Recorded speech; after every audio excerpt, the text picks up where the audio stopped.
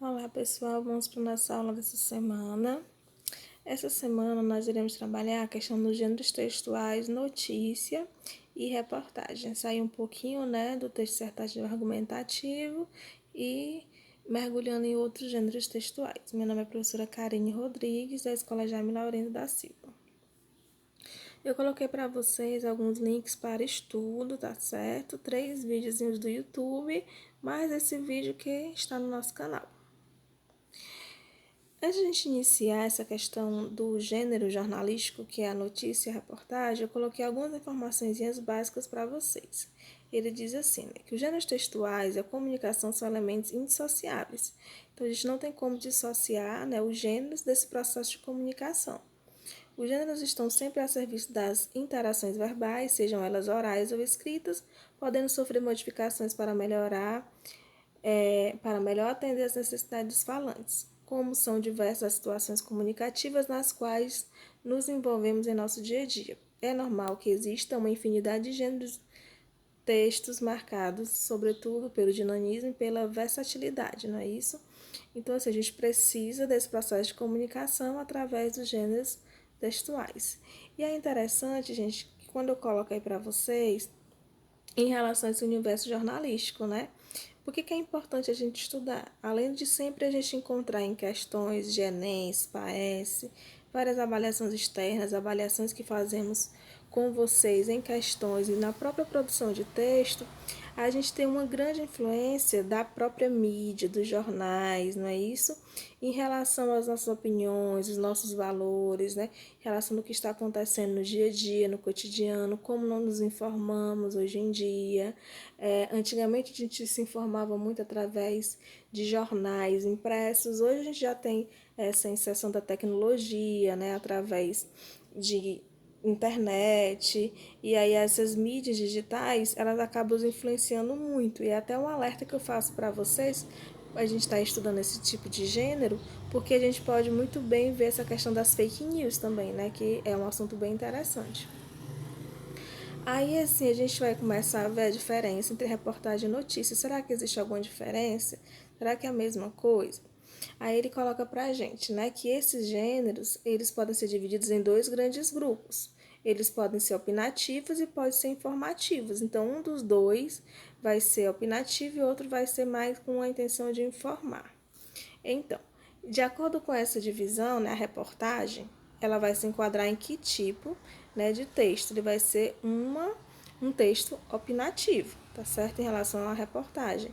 E a notícia, ela vai ser mais informativa, tá certo? Então, assim, quando a gente tem essa questão do gênero opinativo, a gente vai ter uma grande interferência em relação à opinião de quem está produzindo aquele texto, E quando a gente tem um texto mais informativo, a gente vai estar mais relatando fatos, acontecimentos, sem estar dando tanto a interferência, Então, a notícia tem como objetivo principal narrar acontecimentos pontuais, ou seja, fatos do dia a dia do cotidiano naquele momento, A reportagem ela vai extrapolar esses limites, não vai ter apenas uma finalidade de noticiar alguma coisa, E aí a gente vai ter também essa questão do emprego do discurso.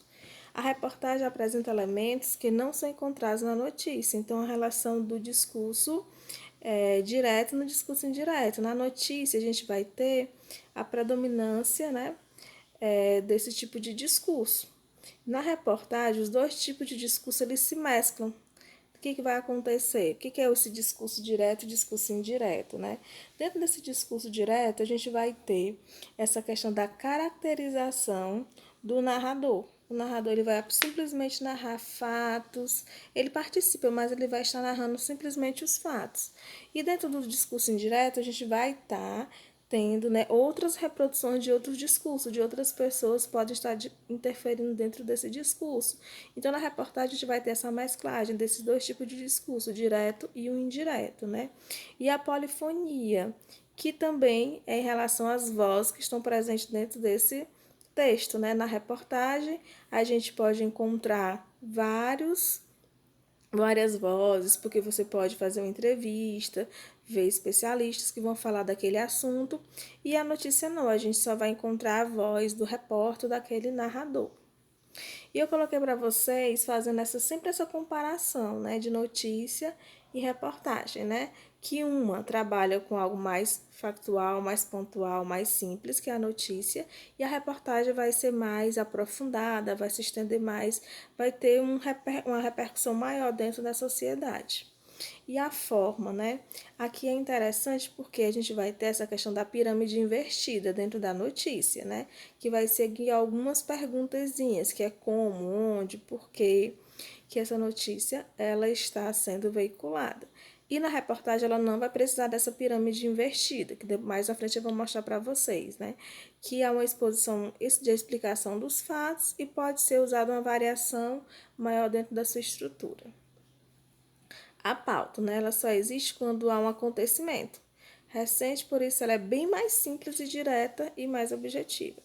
E a reportagem ela é mais elaborada, existe uma série, né, de pesquisa, aprofundamento, né? É um roteiro mais detalhado. O lead, que tem a ver com essa pirâmide invertida que eu falei para vocês, né? O lead, dentro da notícia, ela é essencial, tá certo? Que responda a algumas perguntas. A reportagem, ela não exige essa questão do lead, né? Também não há regra fixa para isso. Olha só, vocês podem até pesquisar mais, né, na internet sobre essa questão do lead, que é essa pirâmide invertida, que vai ter que a base ela vai estar para cima e o topo ela vai estar para baixo, que vai responder essas 6 perguntinhas aí: quem, que, quando, onde, como e porquê, né?